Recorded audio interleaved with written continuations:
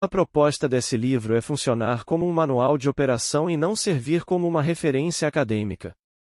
A ideia central é sintetizar as principais descobertas que os cientistas fizeram sobre o tema e sugerir ações com base em um modelo de 4 fases, e gatilho, desejo, resposta e recompensa, considerando tanto os estímulos externos quanto os internos que levam ao estabelecimento dos hábitos. Capítulo 1 – O surpreendente poder dos hábitos atômicos. Melhorar um pouquinho a cada dia, de forma consistente leva a uma melhora significativa ao longo do tempo. Ser 1% melhor por dia durante um ano em algo, lhe faz 37,78 vezes melhor no final desse ano, pois os hábitos são os juros compostos do autodesenvolvimento. 1,01365 igual a 1,3778. E o caminho para conseguir colher esses resultados é focar nos processos que levam aos objetivos e não nos objetivos em si. Capítulo 2 – Como seus hábitos moldam sua identidade, e vice-versa. Nossos resultados são funções das nossas práticas, que por sua vez nascem da nossa identidade, a visão que temos de quem somos. Na medida em que acreditamos que somos algo, fica muito mais fácil agir em consonância com essa crença, para assim gerar os resultados que queremos. O interessante é que a imagem que temos de nós nasce dos nossos hábitos. Esse ciclo é paradoxal. Então, tanto podemos mudar nossa identidade a partir dos nossos hábitos, quanto seguir o caminho inverso. Capítulo 3 – Como estabelecer hábitos melhores em 4 passos simples. Um hábito é um comportamento que foi repetido de forma a gerar um resultado positivo uma quantidade de vezes o suficiente para ser automatizado. Eles são, simplesmente, soluções confiáveis para problemas recorrentes no ambiente. E tem uma estrutura simples, e um gatilho gera desejo, que por sua vez leva a um comportamento, que se bem-sucedido gera uma recompensa. Para estabelecer um hábito. 1. Faça o gatilho óbvio. 2. Faça a situação desejável. 3. Faça o comportamento fácil. 4. Faça a recompensa satisfatória. Para quebrar um hábito. 1. Faça o gatilho invisível. 2. Faça a situação indesejável. 3. Faça o comportamento difícil. 4. Faça o resultado insatisfatório. Capítulo 4 – O homem que não parecia certo. A mente humana é uma máquina de fazer previsões. Ela está sempre rastreando o ambiente e analisando informações que possam indicar situações que demandem uma reação. E em grande parte das vezes faz isso abaixo do nível consciente. Cada vez que percebe uma pista, ativa um gatilho que leva a um comportamento específico automático, ou seja um hábito. Então o primeiro passo para lidar com os hábitos é entender quais são os seus comportamentos que estão automatizados e avaliá-los como desejáveis, neutros ou indesejáveis, dentro da perspectiva do seu benefício a longo prazo. Capítulo 5 – A melhor forma de começar um novo hábito. Existem muitos tipos de gatilhos, mas os mais comuns são tempo e lugar. Centenas de estudos confirmam que estabelecer intenções de ação definindo o quando e onde, aumentam significativamente a chance de uma pessoa agir em consonância com seus objetivos. Quando usamos as intenções de ação encadeadas umas nas outras, fazendo com que hábitos anteriores sejam gatilhos de hábitos posteriores, construímos rotinas mais eficazes, num fenômeno que chamamos de empilhamento de hábitos. Capítulo 6 – E a supervalorização da motivação, o ambiente importa mais. O ambiente é a mão invisível que molda o comportamento humano. Lutar contra os gatilhos do ambiente é extremamente desgastante e infrutífero a longo prazo. É muito mais efetivo se transformar no arquiteto do seu ambiente de forma que ele destaque os gatilhos que você precisa e esconda os gatilhos associados a comportamentos indesejados. Importante notar que ao longo do tempo alguns contextos podem funcionar como gatilhos extremamente poderosos. Por isso, separar ambientes onde você deseja ter comportamentos específicos é produtivo. E isso vale também para os aplicativos do seu smartphone, que podem estar agrupados de forma a estimular os comportamentos que você acredita lhes serem mais benéficos. Capítulo 7 – O segredo do autocontrole. Quando os cientistas analisam pessoas com grande autocontrole, eles se dão conta que esses indivíduos são bons em estruturar o seu ambiente de forma a não requerer grande força de vontade, manipulando os seus gatilhos de forma favorável ao comportamento que querem apresentar. Pois uma das formas mais efetivas de quebrar um hábito é ir na fonte e diminuir a exposição ao gatilho.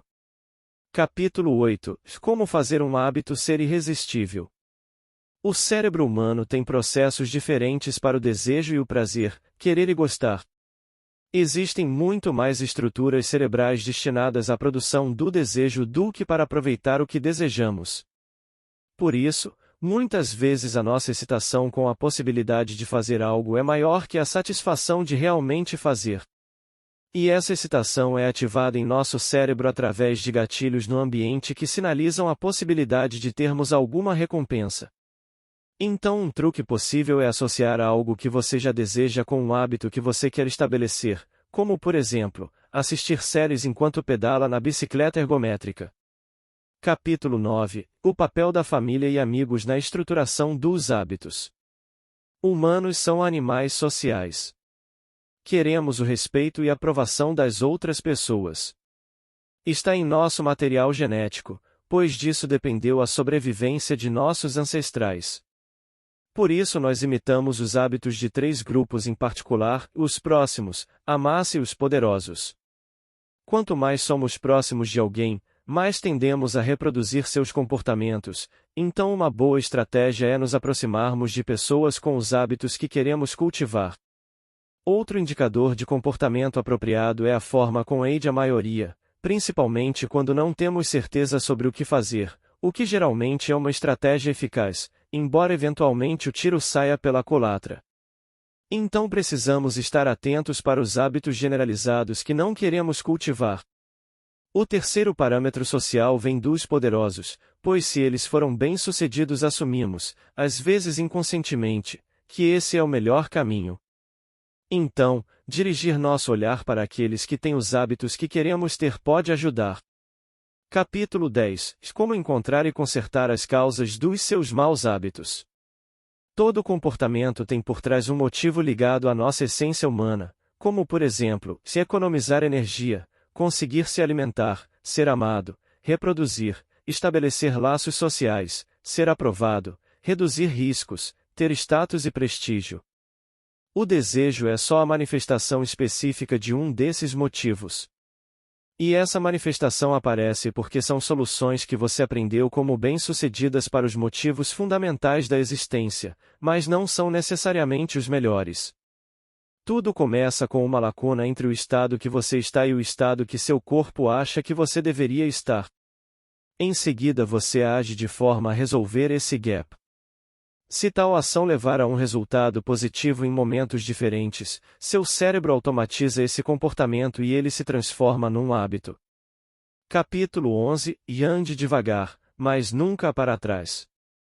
A formação de um hábito acontece quando um comportamento é automatizado pela repetição do seu ciclo e gatilho, desejo, ação e recompensa. Só a repetição transforma o comportamento em hábito. E não existe um número de repetições definida. Depende da pessoa e da circunstância. Mas uma coisa é certa: quanto mais fácil for repetir, maior é a chance do comportamento se transformar num hábito. Capítulo 12 – E a lei do menor esforço. A sabedoria convencional diz que a chave para a mudança de hábito é a motivação, mas a verdade é que a minimização do esforço é o que faz a diferença. O ser humano foi programado durante décadas para economizar energia como estratégia para a sobrevivência. Então, se você quer construir um hábito, descubra como realizar o que quer com o menor esforço possível.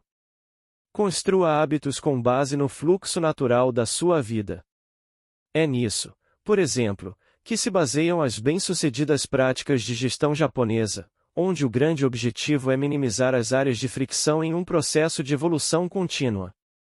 Preparar o ambiente de forma que ele facilite a execução de uma tarefa na hora que ela se faz necessária, é de grande inteligência e traz ótimos resultados. O contrário também é verdadeiro: para eliminar um hábito, torne-o mais difícil possível de executar. Capítulo 13. Como parar de procrastinar usando a regra dos 2 minutos. Aproximadamente 50% das nossas ações em qualquer dia são automáticas. Mas essas ações são detonadas por comportamentos deliberados. Quando você decide agir em algo simples e rápido e esse algo gera um comportamento ou uma sequência de comportamentos, você pode estar caminhando rumo a um comportamento complexo a partir de uma ação simples. Crie comportamentos simples e fáceis, de 2 minutos, associados a comportamentos crescentemente complexos até atingir o que gostaria. Capítulo 14. Como fazer com que bons hábitos sejam inevitáveis e maus hábitos sejam impossíveis. Se você planejar seus passos de forma que na hora da tentação seja impossível ou, pelo menos, muito difícil fazer a coisa errada, você aumenta significativamente a chance de sucesso. Por exemplo, peça para o garçom embalar metade do prato antes de começar a comê-lo e não depois. A tecnologia pode ser de grande valia nesse sentido, automatizando a sua proteção contra aquilo que você não quer fazer, como um aplicativo que trava suas redes sociais depois de um determinado horário. Capítulo 15. A regra maior da mudança de comportamento. Quando um comportamento traz recompensa imediata, ele é automatizado pelo cérebro. Mas geralmente os comportamentos que queremos estabelecer cobram um preço alto agora para poder trazer a recompensa apenas no futuro. Então, criar premiações, mesmo artificialmente, para os comportamentos que você quer estabelecer pode ajudar bastante. Como se fosse um programa de fidelidade para você mesmo. Capítulo 16. Como manter os bons hábitos todo dia. Quando você cria uma forma de medir o quanto está mantendo os hábitos, você aumenta a chance de ser bem-sucedido. Medir é uma forma de visualizar o progresso, gerar satisfação imediata e usar os bons resultados como motivador. Sempre que possível, automatize o acompanhamento, para não ter um trabalho adicional. E os acompanhamentos manuais devem se restringir aos hábitos muito importantes que você quer estabelecer. E quando seu sistema de acompanhamento indicar que você falhou, absorva com tranquilidade, porque não é uma falha que lhe compromete, mas a espiral negativa que pode seguir essa falha. Lembrando que nem todos os métodos de acompanhamento são quantificáveis e que não é porque algo não é quantificável que não vale a pena acompanhar. Capítulo 17. Como uma parceira pode mudar tudo. Nós repetimos hábitos ruins porque eles nos servem de alguma forma, e isso faz com que seja difícil de abandoná-lo. A melhor forma de superá-lo é aumentar a velocidade da punição. Não pode haver uma lacuna entre a ação e as consequências indesejadas. Estabelecer consequências tangíveis, concretas e imediatas é a melhor forma de influenciar o próprio comportamento. Nesse sentido, pode ser importante ter um contrato verbal ou escrito estabelecendo as punições e um ou mais parceiros que lhe ajudam a acompanhar. Capítulo 18. A verdade sobre talentos. O segredo para ser bem-sucedido é, antes de tudo, a área certa onde competir. E isso também serve para os hábitos.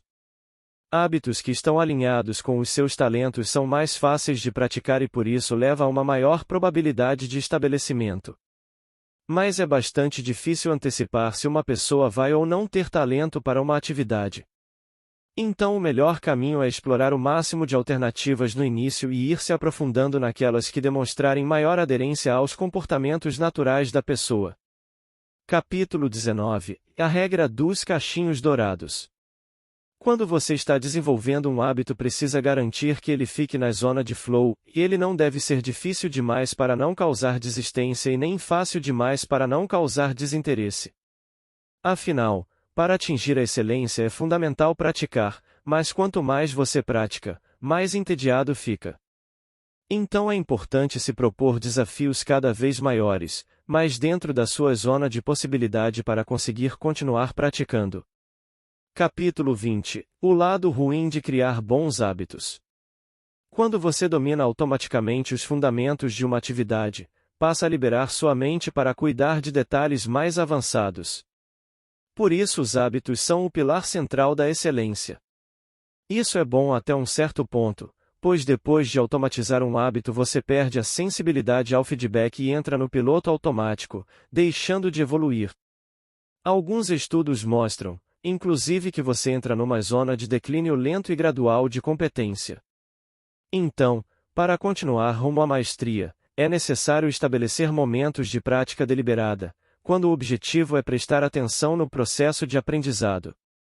Conclusão: para ser bem-sucedido no estabelecimento de bons hábitos e eliminação dos ruins, é fundamental estar atento a muitos detalhes simultâneos até que aquilo que você quer aconteça. Com as reflexões baseadas nas 4 dimensões é possível construir gatilhos óbvios, comportamentos atraentes e fáceis com resultados satisfatórios para fazer o que você quer, e também gatilhos invisíveis, comportamentos não atraentes e difíceis com resultados insatisfatórios para deixar de fazer o que você não quer. Mas não existe linha de chegada. Sempre é possível ir aperfeiçoando esses comportamentos para ser cada vez melhor em uma espiral contínua de desenvolvimento. Se você chegou até aqui, muito obrigado por ter assistido. Se inscreve, deixa seu like, ative o sininho e até a próxima.